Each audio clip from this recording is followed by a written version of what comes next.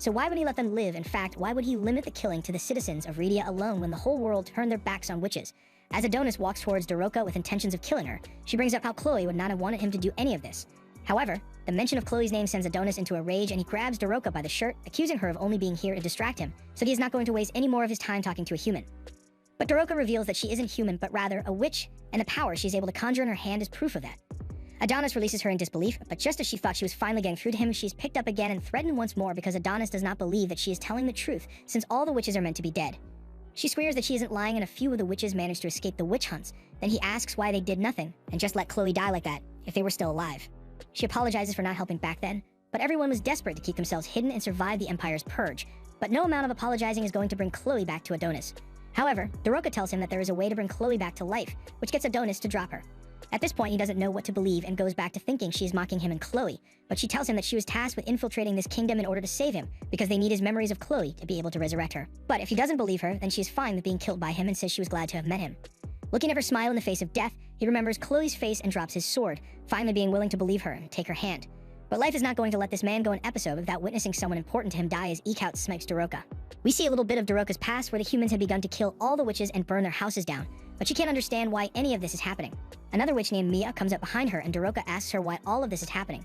So far, they'd gotten along well with the humans. They even recently went to the city to cure a man's illness, and this is how the humans decide to repay them.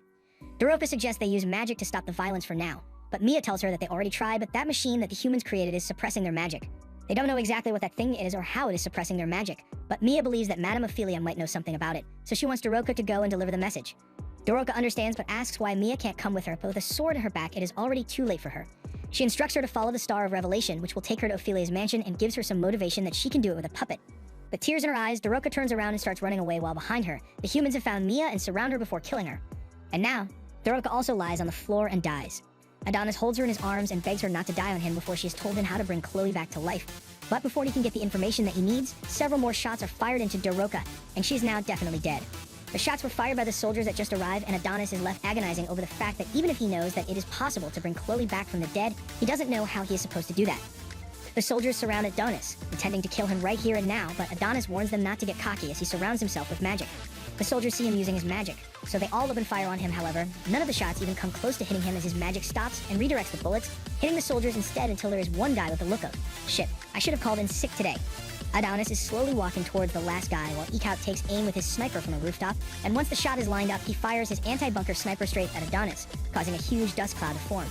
However, Adonis is still perfectly unharmed and has stopped the ridiculously large bullet, using his magic to turn it into a 9-meter round and firing it back at Eke. Meanwhile, Eke is too stunned by the missile approaching him to react, so he just sits there as his upper body is blown away. Now that Eke is taken care of, Adonis focuses his attention back on the last soldier and declares that he will wipe out all humans and make them feel Chloe's despair. Yamada knows there is no way that they will be able to beat someone who knows how to use magic, so he rests their fate on Yuki being able to get the magic-suppressing machine going again. Yuki is down in the basement with the machine and is so excited that she finally gets a chance to be useful to her brother that she forgets she is meant to be a commander here for a few moments. Before she can try to turn the machine on, however, the Science Bureau arrive and their leader, Theta, tells Yuki that they can't allow her to turn the machine on. Yuki finds the phrasing of that statement to be a little off-putting, so she reaches for her gun and asks for an explanation from her. Yamato gets a call from Yuki's phone and hears Theta talking to him. He asks her why they haven't turned on the magic photon suppression device yet, but Theta explains to him that they can't do that for a very good reason. Human dysfunction disease, a disease that all the soldiers who took part in the witch hunt 10 years ago contracted. So basically, the machine gives people cancer. It literally kills the cells of all the humans around it, and since all the witches that maintain an environment where the harmful rays could be cleansed are gone, with how things currently are, if they turn that machine on, it could lead to the end of the humanity as they know it. And to this point, no one knew of this because the Science Bureau were ordered to hide their findings. All the people who stood before this device and fought the witches are either dead or are now dying of the disease, including the Emperor. Deserved. So knowing that turning the machine on will mean certain death for all the humans here, what are they going to do against Adonis, who possesses magic? Their weapons have proved to be ineffective, and nothing they have aside from this machine can help them fight the witches. So even with the cancer warning, Yuki still chooses to run forward to turn the machine on because she sees no other way to stop Adonis. The director yells for her to stop, but since she doesn't stop, she orders all of her crew to fall back to avoid any radiation and then chases after Yuki to stop her from doing anything stupid. Yuki gets to the front of the machine terminal and begins the activation sequence while Theta still warns her against it. As she presses the button to turn the suppression device on, Adonis outside suddenly feels his magic fading and his quill gets knocked out of his hand. He is in a state of shock because, without the quill, he is just a regular tank of a human being. Yamato sees this happen and questions what happened and if Yuki happened to turn on the machine and what that would mean for her health. However, Theta, on the other end of the line, while holding an unconscious and bloody Yuki, managed to turn off the machine immediately after Yuki turned it on, so the radiation exposure is minimal. But due to their proximity, they were both heavily affected, and it means that at least both her and Yuki now have cancer.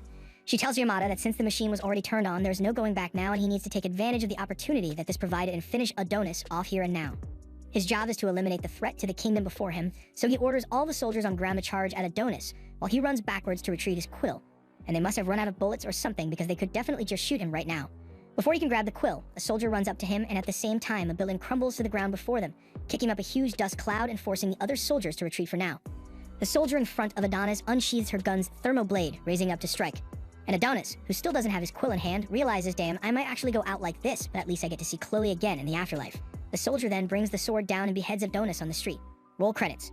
Then, with the other soldiers still wondering what is going on in there, the soldier that beheaded Adonis walks out with Adonis's head in tow, proudly exclaiming that she did it, leading all the other soldiers to celebrate their victory. The people in the control room also begin to celebrate, but jokes on them in 2 to 3 years, they'll all have cancer. Yamada breathes a sigh of relief as he believes the trouble is finally behind them and congratulates the soldiers for defeating Adonis, but also tells them that there is no time to relax. They must retrieve the body of Adonis to avoid any reanimation shenanigans and to evaluate the damage that the city has sustained through this whole attack. He also instructs the soldiers to join the rescue teams to help save all the civilians that were caught in the crossfire of the battle. He gets a look at the woman who managed to behead Adonis on the monitor and says she looks really young for someone in the army. His assistant informs him that it looks like she is one of the new recruits to the Armored Foot Soldiers, and he can look up her information if he wants to know more about her. But Yamato says there is no need as they have more important matters to attend to. He orders his assistant to go down to the basement and check on the